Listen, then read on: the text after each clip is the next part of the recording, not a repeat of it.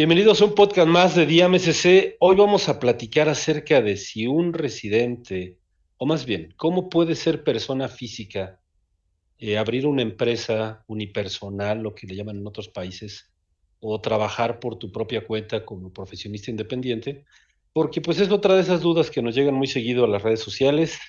Y saludo a mis amigos desde la ciudad de Pachuca, de Tuzoyork, le llaman, o le No, no. llaman Paste York. Yo, yo, Ranchuca, yo, yo, yo, yo, ranchuca. yo de plano me voy a salir, ¿eh? A mí me había prometido que el programa se iba a tratar de qué es mejor, si Pachuca o la Ciudad de México. Obvio, Había Pachuca. que Obvio, evidentemente Pachuca. la Ciudad Obvio, de México, Pachuca. creo que no hay debate en ese sentido, ¿no? No, ¿cuál debate? O sea, no, no, no, Solo, no, no. solo A ustedes ver, dos nada le más te van hago a una Pachuca, pregunta para que veas cómo es mejor Pachuca. ¿Qué vas a comer hoy, Ernesto? Ay, Dios mío, sí. generando polémica, generando polémica. Vamos con las empresas, ¿no? Vamos a platicar de Sí, o sea, empresas. sí, porque eso no es una pregunta así ni siquiera bonita, es una pregunta como deprimente. O sea, ¿qué vas a comer hoy? O sea, en lugar de que te sientas así, wow, voy a comer algo genial, hoy es como algo triste. Me diste No justo les en el queda, Cora, Abraham. no les queda más que pedir un sándwich o estas baguettes ahí todas de plástico, con un Estamos jamón todo, buscando. con un jamón todo que se estira, que parece liga. Y aquí ¿Qué No, vas miren, a me espera comer? un menú bien no, campirano y bien rico, cara. no puedo creerlo, no puedo creerlo, de verdad, no, no, no. Terrible, terrible el asunto. Abogado, Vamos a hablar de cosas nos dicen los bonitas. clientes, un cliente nos pregunta desde Chile, ¿cómo abro una empresa unipersonal en México? ¿Es como una empresa normal o se tiene que hacer algún tipo de paso? ¿Cómo me ayuda pues a obtener mi CURP? Porque es lo que me piden para abrir lo que le llaman SAS. En México Ok. se llama Sociedad de Acciones Simplificada, en otros países se le conoce como empresa unipersonal. Abogado, ¿qué hago? ¿Cómo obtengo mi CURP? Con mucha suerte. Con ¿Qué un poco podemos de hacer, fortuna. abogados? Eh, si me permites, José Luis, quisiera comenzar explicando que hace ratito lo debatíamos antes de iniciar esta segunda parte de un programa que seguramente vieron la semana pasada, La magia del YouTube.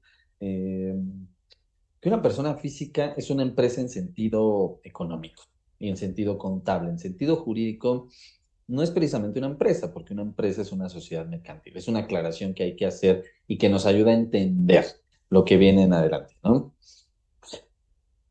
El programa pasado decíamos que un socio, por ejemplo, dueño de ChatGPT, que quisiera abrir una empresa en México, lo podría hacer viajando como turista o con una representación legal o a través de una sucursal o de algún mecanismo corporativo, ¿no?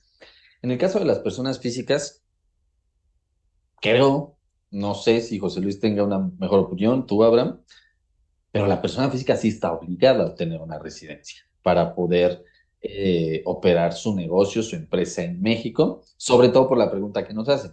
Si quieres una CURP, lamentablemente la CURP, o bueno, no lamentablemente, simplemente la CURP la otorga la Secretaría de Gobernación a través del Instituto Nacional de Migración a las personas de nacionalidad extranjera. ¿Cómo el instituto te va a dar una CURP? Solo si obtienes una residencia. Por allí se ha peleado el tema de la CURP provisional, el tema de que un turista sí la puede obtener, no sé qué, pero yo sí sería más, aquí más radical, por decirlo de alguna manera, en el sentido de que si tú quieres venir a México y hacer empresa como persona física, sí necesitas obtener tu residencia. ¿Que hay formas diversas? Sí, pero creo que en este caso sí se necesita una residencia, forzosamente. Definitivamente, la CURP es el número poblacional, por decirlo así, o lo que le llaman en otros países, ¿cómo le llaman, José Luis? La cédula de La identidad cédula de identidad, lo más es que cercano a la cédula de identidad. En México no hay cedulación. O sea, en México, por ejemplo, sí vivimos como con identificaciones como un poquito, lo vamos a llamar random, porque no encuentro como otra palabra, pero no tenemos una cedulación. Nuestra cedulación oficialmente sería el CURP, que es lo que nos da como el número único como mexicanos o como residentes. Es la clave única de registro de población. Población. ¿Cómo obtienes eso? Necesitas pues estar registrado, ya sea ante el registro civil, obviamente después ante el Instituto nacional electoral y en el caso de los extranjeros, pues contar con una residencia por cualquier tipo de causa, ¿no? Puede ser humanitaria, puede ser residencia temporal por unidad familiar. Digo, eso ustedes son expertos, ¿no? Ahora, entonces, en el caso del cliente que platicábamos, que vio en internet que con la CURP y nos habla para que le ayudemos con la CURP, a ver, platíquenos, ¿cuál sería el procedimiento para obtener una CURP de una persona que quiera abrir una empresa unipersonal en México? Primero que saque una cita con los abogados de DMCC, porque si no, no vamos a acabar nunca. Eso no se puede explicar como por Claro, llamada, claro. ¿verdad? Wow, es bastante sencillo. Ya hoy en día yo creo que después de todos los videos que hemos hecho en YouTube, yo creo que es más sencillo de lo que podría parecer. Hay que entender varias cosas. Toda persona que requiere una residencia requiere estar dentro de uno de los supuestos de la ley y los supuestos de la ley los podríamos englobar de manera muy sencilla. Una es literalmente que vayas a tener un trabajo en México, que aquí se estaría descartando de primer momento porque estamos hablando de una persona que quiere hacer actividades económicas independientes. La otra es una situación que tiene que ver con cuestiones de familia. Perdón Y que te interrumpa, José Luis, pero que, no, lo que dices es bien importante, que no es un esquema prohibitivo, hay que aclarar. Tú podrías venir a México a trabajar para una empresa X mediante una visa por oferta de empleo y eso no te prohíbe que abras tu propia empresa. Ojo, en México hay la libertad de trabajo, la libertad económica. Yo me dedico medio tiempo a trabajarle a ChatGPT, siguiendo el ejemplo del programa pasado, y por otra parte pongo una panadería. Ojo, sí podría además poner mi propia empresa como persona física, ¿no? Ahí hay que hacer un una régimen muy anotación. especial en el SAT. Correcto, correcto. Perdón, sí. No, para nada. Y pues precisamente como bien lo decía Ernesto, o sea, también va a ir, tiene que ver con cómo voy a mutar mi concepto de cómo voy a migrar a México. También tenemos la otra figura que es precisamente la unidad familiar, la otra es la solvencia económica y la otra es la figura de inversionista, ¿ok? En cualquiera de esas formas sería como las condiciones con las cuales yo puedo obtener una visa para viajar a México. También existe la opción de llegar a México en calidad de turismo o ingresar a México en calidad irregular, porque lo prevé la ley, y poder solicitar, por ejemplo, refugio. Y el refugio es uno de los medios con los cuales una persona obtiene una tarjeta de visitante que preceda a un CURP. Y la pregunta es por qué a los visitantes por refugio sí les dan CURP y a los visitantes normales no. Pues la respuesta es muy sencilla. O sea, la ley lo que dice es el visitante por refugio tiene permiso de trabajo. Entonces, si va a realizar actividad económica, tiene que ser un sujeto figura de fiscalización y por lo tanto tiene que tener CURP para que pueda tener beneficio. Pues es que es un tema que dijeran por ahí los clásicos, ¿qué es primero, el huevo o la gallina? Pues en este caso sí es el huevo, ¿no? Que necesitan una tarjeta de residencia. Esta tarjeta de residencia obtendrán un registro para la clave única de registro poblacional. Con la clave única de registro poblacional van a poder obtener su RFC y con su RFC van a poder, no, van a poder sacar su firma electrónica, que son pues huellas dactilares, el iris de los ojos, para que puedan darle este sello digital que va a ser lo que le va a pedir la página, porque si vamos a explicar qué es una SAS o una empresa unipersonal, es una modalidad de empresa que tiene disponible México, que ya está en muchos otros países, en la cual puede ser el único socio de una empresa para que aparezca, no sé, como Instituto de Desarrollo Chileno, ¿no? SAS, que sería SAS, el nombre de la empresa, y aparecer uno como el único dueño.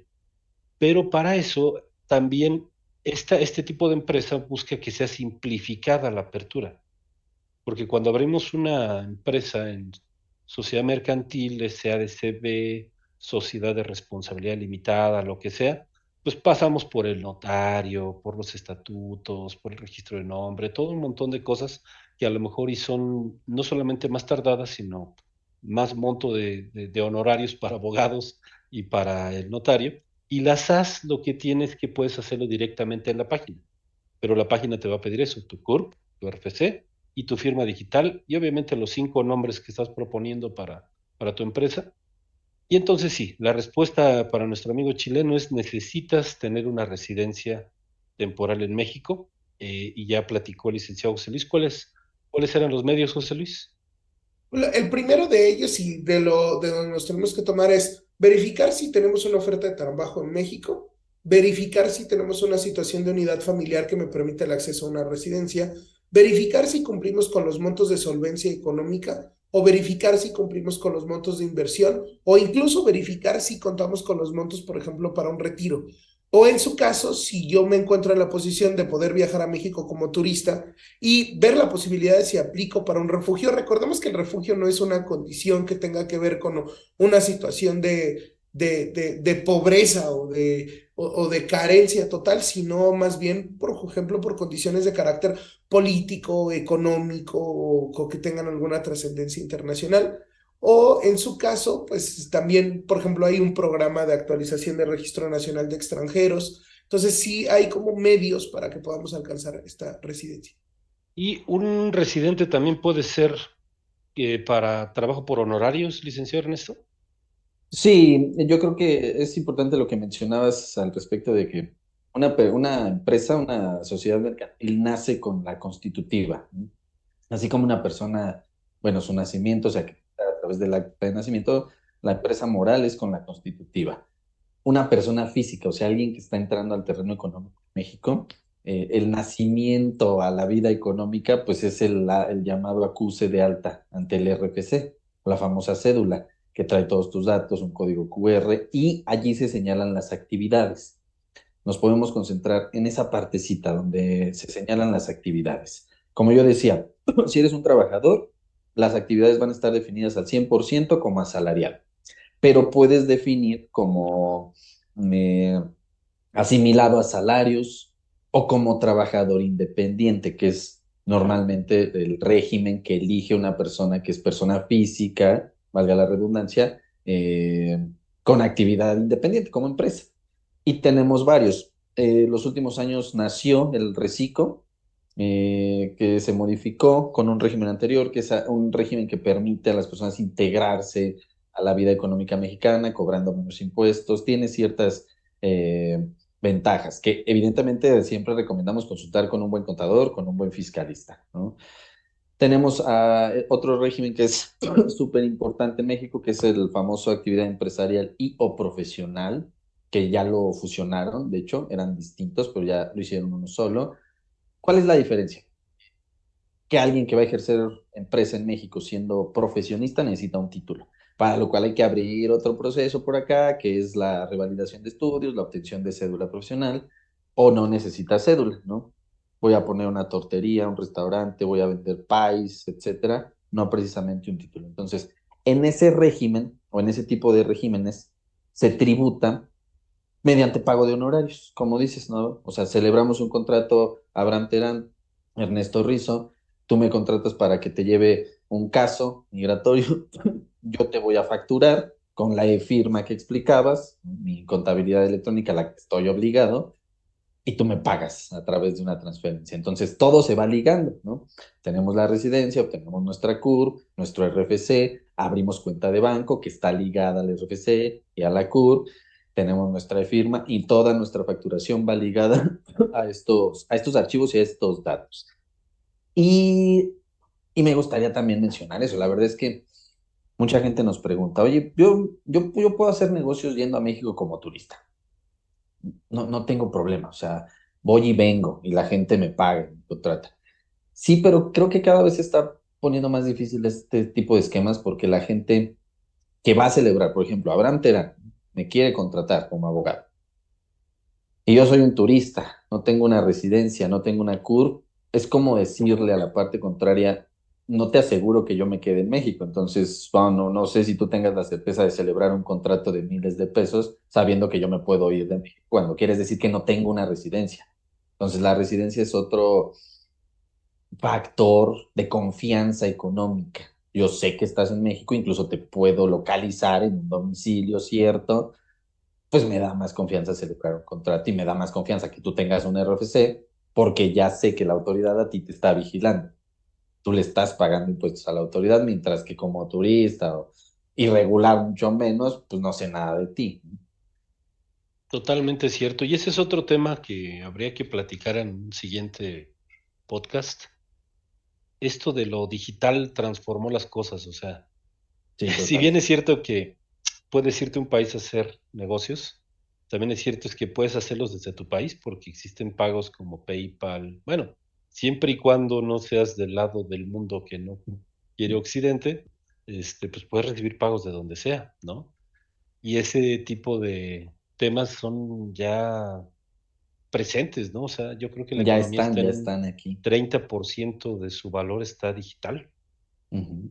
Y Sí, en yo creo fin, que vamos a llegar también a ese punto, perdón que te interrumpa, Abraham, donde ya Di- las di- sociedades se celebren incluso por una videollamada, ¿no? Digo, yo nunca traigo para el estacionamiento aquí en la oficina. Nunca traigo efectivo, todo mi dinero lo veo así llegar a la cuenta y salir por la cuenta. Fue puros números, ¿no? Era un chiste que hacían hace algunos años, pero solo ves números ya difícilmente ves billetes. exactamente, yo creo que esto de lo migratorio se va a transformar hacia también lo digital. Y va ligado a lo contable, ¿no? A lo fiscal. Correcto. O sea, porque si bien es cierto, puedes recibir dinero de otro país, no dejas de pagar impuestos. No, y aparte la fiscalización está buscándose que sea de manera digital. Eso yo creo que lo venimos viendo cómo va madurando. O sea, a pesar de que puedan creer que México y todo este tipo de cuestiones, o sea, son detalles que a lo mejor ahorita no los podemos ver, pero por ejemplo, los nuevos ingresos que tenemos en México, que ya van a ser ingresos digitales, es un ingreso con revisión previa de biométricos. Estamos hablando de que una persona ya llegue y está en una revisión de biométricos. Entonces, imagínense ya poder entrar y salir del país solo con pasar tu pasaporte, te va a entregar cuánto tiempo te quedas, durante qué tiempo, ya no tienes que hacer una explicación como tan ardua, pues tarde o temprano va a ser esto de no puedes salir del país porque debes 5 multas de derechos, ¿no? O debes este tipo de cuestiones y que pues vaya incluso el debitado en su momento, limitado por lo que establece la ley, ¿no? Da un poquito Bueno, de miedo, pues pero nos acercamos a esa, perdón, solo recordaba a esa película de Minority Report, donde ya con un clic vamos a poder localizar a una persona, Es incluso correcto. saber si va, bueno, temas de otro podcast, una pero, inteligencia artificial va a predecir cuándo vas a cometer un delito.